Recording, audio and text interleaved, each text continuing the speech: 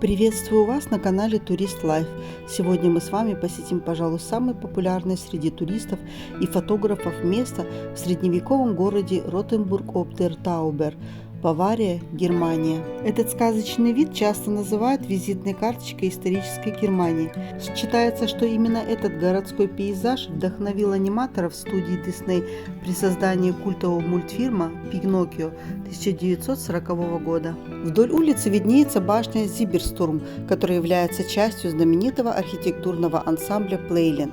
Башня была возведена во второй половине XIV века. Она служила южными воротами города. Через ее арку проходил оживленный торговый путь, ведущий в южные регионы в сторону Швабии. Свое имя башня получила в честь местной семьи Зибер, которая в средние века проживала поблизости. Перед башней находится исторический фонтан Плёнлайн. Это небольшой каменный фонтан питьевой воды. В центре бассейна установлена каменная колонна. Изюминка фонтана является его центральный элемент – резная каменная чаша, украшенная гротескными рельефными головами. Из ртов этих персонажей выходят изогнутые металлические трубки, из которых тонкими струйками течет вода. Башня имеет массивное четырехгранное основание из ракушечника и песчаника. Над проездной аркой хорошо видны большие круглые часы с ярким циферблатом, которые появились на фасаде позже для удобства горожан. Венчает сооружение высокая четырехскатная крыша с характерной башенкой-фонарем на самом верху. Примерно через 20 лет после завершения строительства башни город разросся еще больше. В результате башня оказалась внутри городских стен и утратила свою первоначальную функцию главного внешнего форпоста, став внутренними воротами. Дома в Ротенбурге-об-дер-Таубер построены в средневековом стиле с преобладанием элементов немецкого фахверка. Фахверк – это каркасная технология, где основу здания составляют массивные деревянные балки, которые остаются видимыми снаружи и образуют узорный геометрический рисунок. Пространство между ними заполнялось глиной, камышом или кирпичом и штукатурилось. Высокие крутые двускатные крыши. Такая форма помогала эффективно отводить дождевую воду и снег, а на чердаках часто обустраивали склады.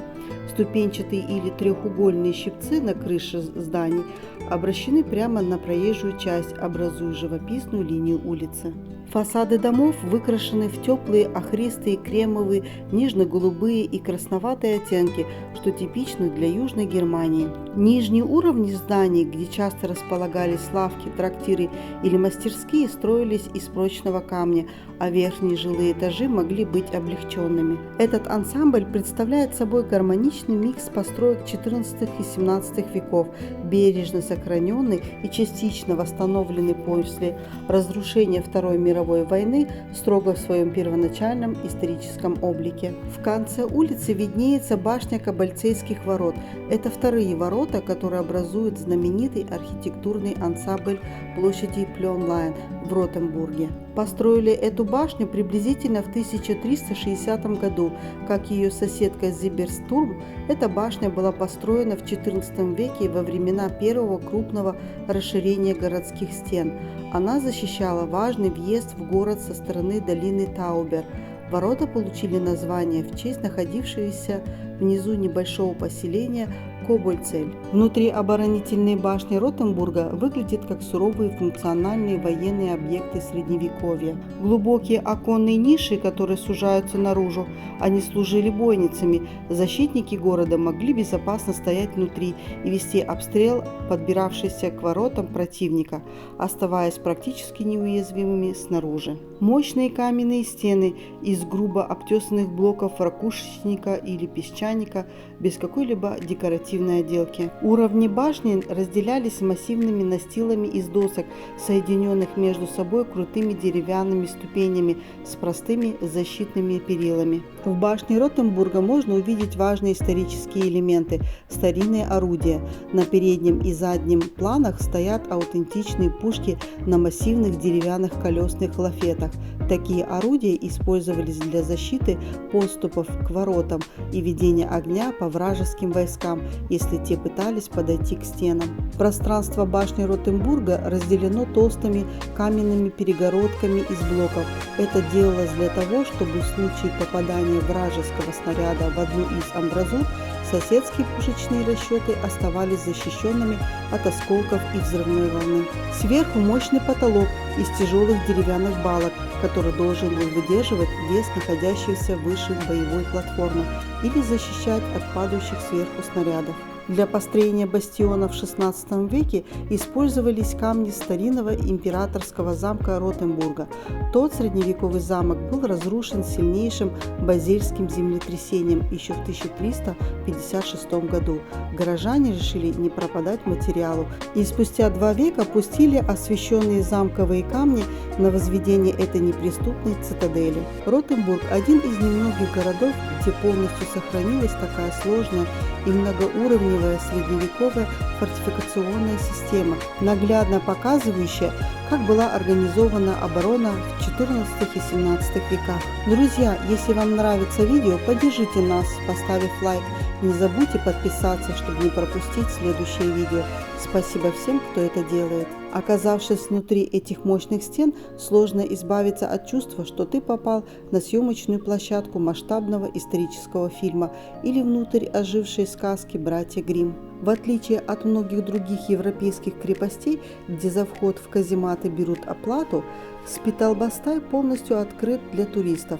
Вы можете свободно ходить по его двухъярусным боевым галереям, спускаться в сухой оборонительный ров и рассматривать устройство амбразур и средневековые орудия. Мы с вами вышли из башни, где в средние века это была глубокая сухая канава, зона повышенной опасности, которая задерживала нападающих и делала их идеальной мишенью для защитников города.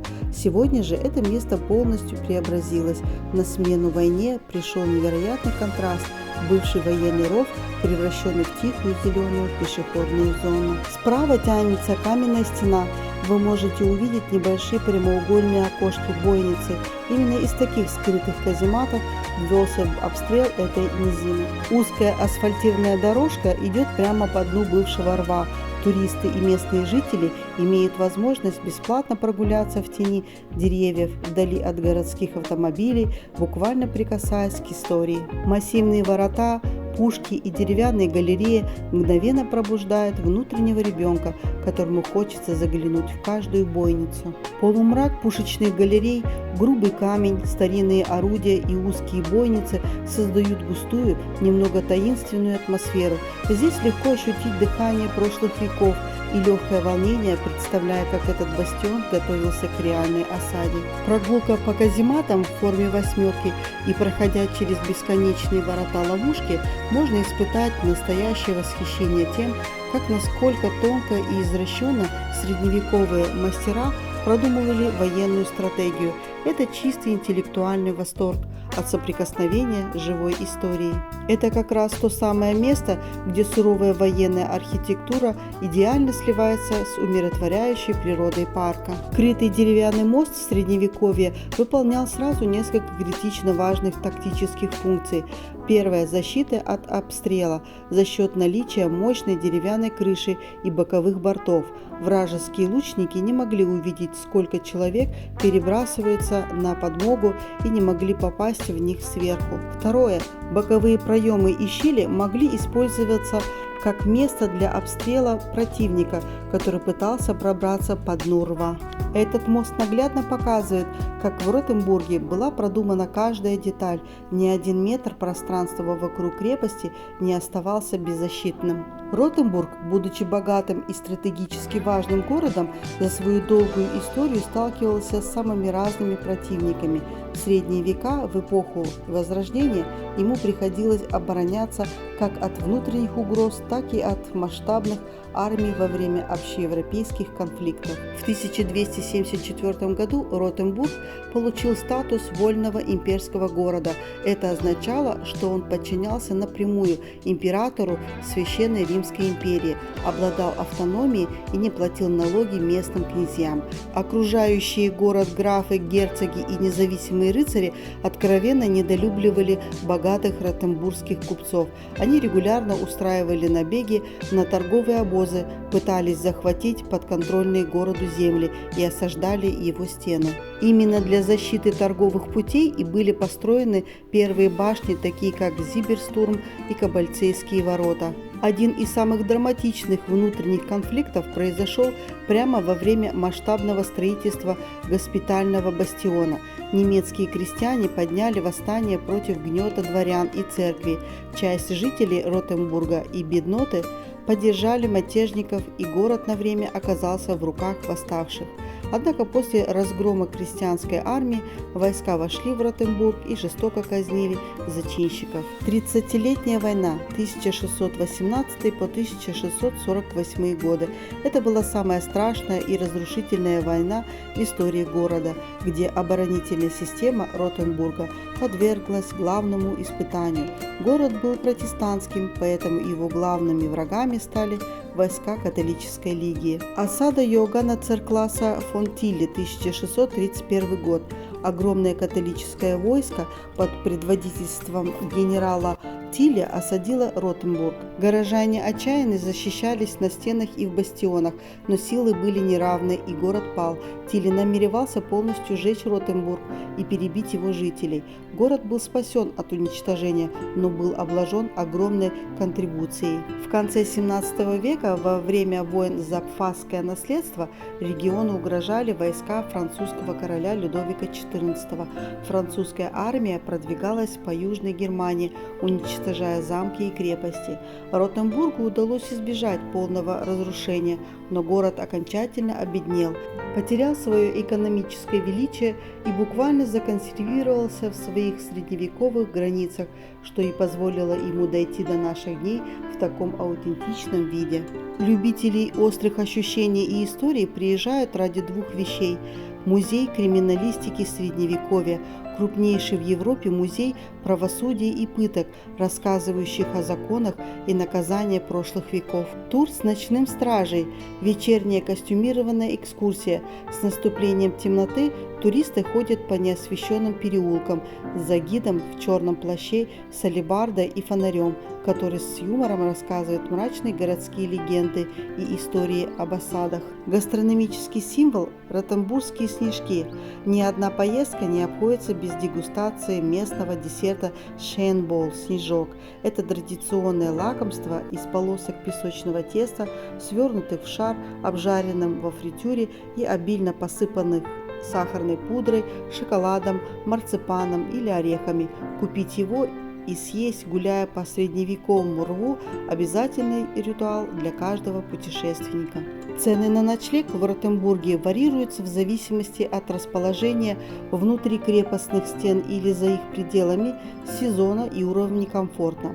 Бюджетный вариант – гостевые дома, простые, но уютные, традиционные немецкие отели, обойдутся примерно 100-120 евро за ночь. Сюда часто уже включен традиционный завтрак. Средний класс – отели 3 звезды, комфортные исторические отели в самом центре или в паре минут ходьбы от него, стоят в районе 130-150 евро за ночь. Премиум-класс – исторические отели 4 звезды.